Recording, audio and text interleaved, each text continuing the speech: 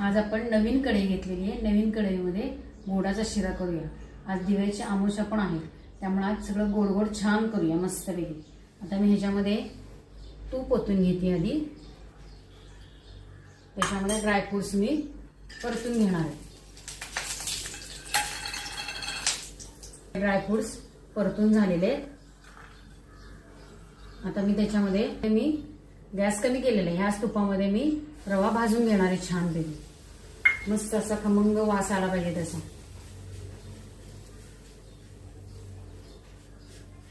छान परतून झालेला आहे, त्याचा वास छान खमंग वास येतोय तुपाने निघत। आता त्याच्यामध्ये मी हे गॅस कमी केलेला आहे। आता त्याच्यामध्ये साखर घालून घेणार। परतायचं थोडंसं परतून झालं की नाही, आता ह्या एका वाटीला मी अर्ध वाटी साखर घेतलेली आहे। आता इथे मी दुधाची पावडर तयार केलेली आहे। गॅस कमीच आहे।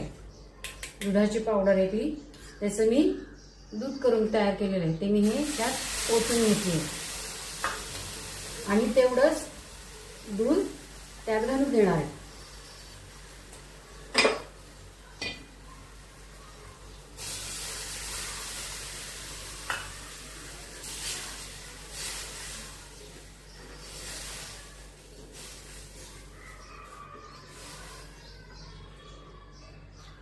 आता जरासा गॅस मोठा करायचा।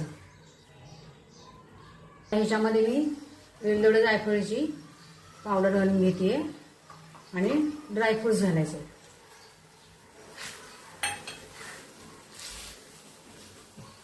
त्याच्यात थोडंसं वरनं तूप घालायचं, कारण आपण नैवेद्याला दाखवतोय ना, त्यामुळे त्याला चांगला वास आला पाहिजे, छान वाटलं पाहिजे। आता मी गॅस घालवते।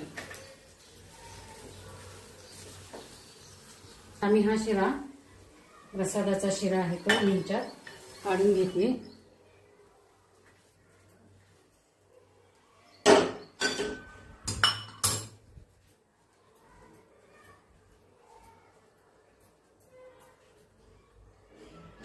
आता ह्याच्यावरती आपण तुळशीची पानं ठेवूया, म्हणजे नैवेद्याला आपल्याला प्रसाद दाखवायला तयार झालेला आहे गोडाचा।